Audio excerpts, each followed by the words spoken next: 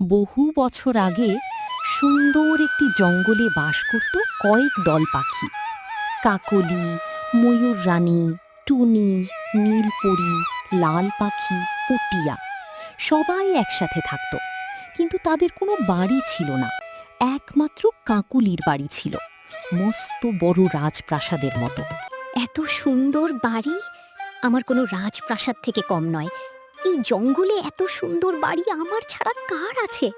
কাকলি যখন নিজে নিজে প্রশংসা করছিল, ঠিক তখনই টুনি পাখি এসে হাজির। কি রে টুনি, কি ব্যাপার? হঠাৎ করে আজ আমার বাড়ি? কিছু হয়েছে বুঝি? না না, কিছু হয়নি। আমরা সকল জঙ্গলের পাখি মিলে একটি পার্টির আয়োজন করেছি। সেই পার্টির কথা বলতেই তোকে নেমন্তন্ন করতে এসেছি। হাসালি, তোরা তো গরিব পাখি, তোদের তো একটা করে ঘরও নেই। তোরা কোথায় পার্টি করবি? আমাদের ঘর নেই তো কি হয়েছে, আমরা গাছের উপর একটি টেজ বানিয়ে ওখানে পার্টি করব।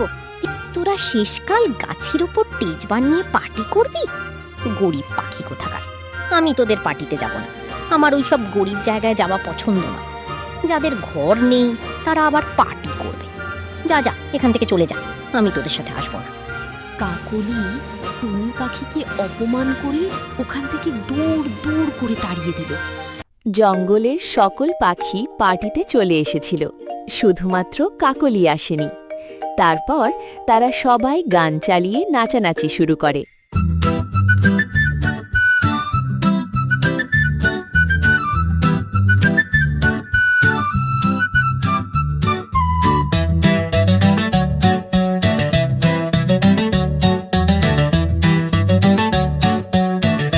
অনেকক্ষণ নাচানাচির পর হঠাৎ করে বৃষ্টি চলে আসে। তখন সবাই থেমে যায় আর বলতে লাগে, ধুর ছাতা, এখনই বৃষ্টিটা আসা লাগলো।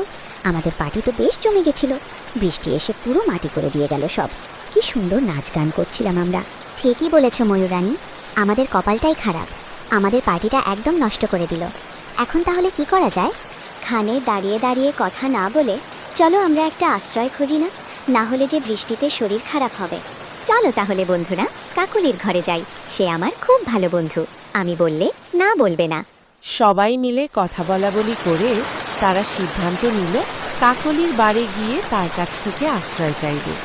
ঠিক তখনই সবাই উড়ে যেতে লাগলো। এক এক করে সকল পাখির বৃষ্টির মধ্যে কাকলির বাড়ির সামনে এসে পৌঁছালো। এই কাকলি, একটু বাইরে আয় না রে, একটু বেরিয়ে আয় না, তোর যে একটু সাহায্য লাগবে। কি হয়েছে রে? তোরা এই ঝড় বৃষ্টির সময় একসাথে দল বেঁধে আমার বাড়ির সামনে? না মানে, বুঝতেই পারছিস বাইরে তো ঝড় বৃষ্টি হচ্ছে, আমাদের তো ঘর বাড়ি নেই, তাই তোর কাছে যদি একটু আশ্রয় পাওয়া যেত। দেখ বন্ধু, তুই যদি থাকতে চাস তাহলে থাকতে পারিস, আমি তোর সকল বন্ধুদের থাকতে দিতে পারবো না, এই আমি বলে দিলাম। আমি কি কোনো ধর্মশালা খুলেছি নাকি, হ্যাঁ, যে তোরা সবাই মিলে আমার ঘরে এসে থাকবি? ঠিক আছে তাহলে, আমি একাই থাকবো না, আমি চলে গেলাম আমার বন্ধুদের সাথে, তুই একাই একাই থাক। চলো বন্ধুরা। অনেকক্ষণ বৃষ্টিতে ভেজার পর সকল পাখিরা একটি ছোট্ট গাছের ফোকরে খুঁজে পেয়ে তার ভেতরে মাথায় ঠাঁইগুলো। তাদের মনে তো ভীষণ রাগ, তাদেরকে বদমাইশ কাকলি তার বাড়িতে ঢুকতে দেয়নি।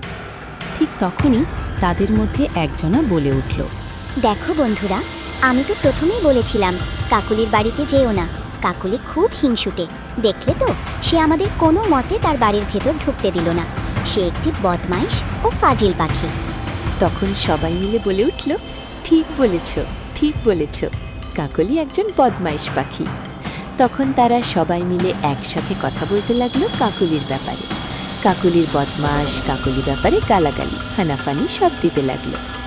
ঠিক এই বিষয়ে কথা বলতে বলতে পরের দিন সকালবেলা জঙ্গলের সকল পাখি কালকের জায়গায় এসে পৌঁছল।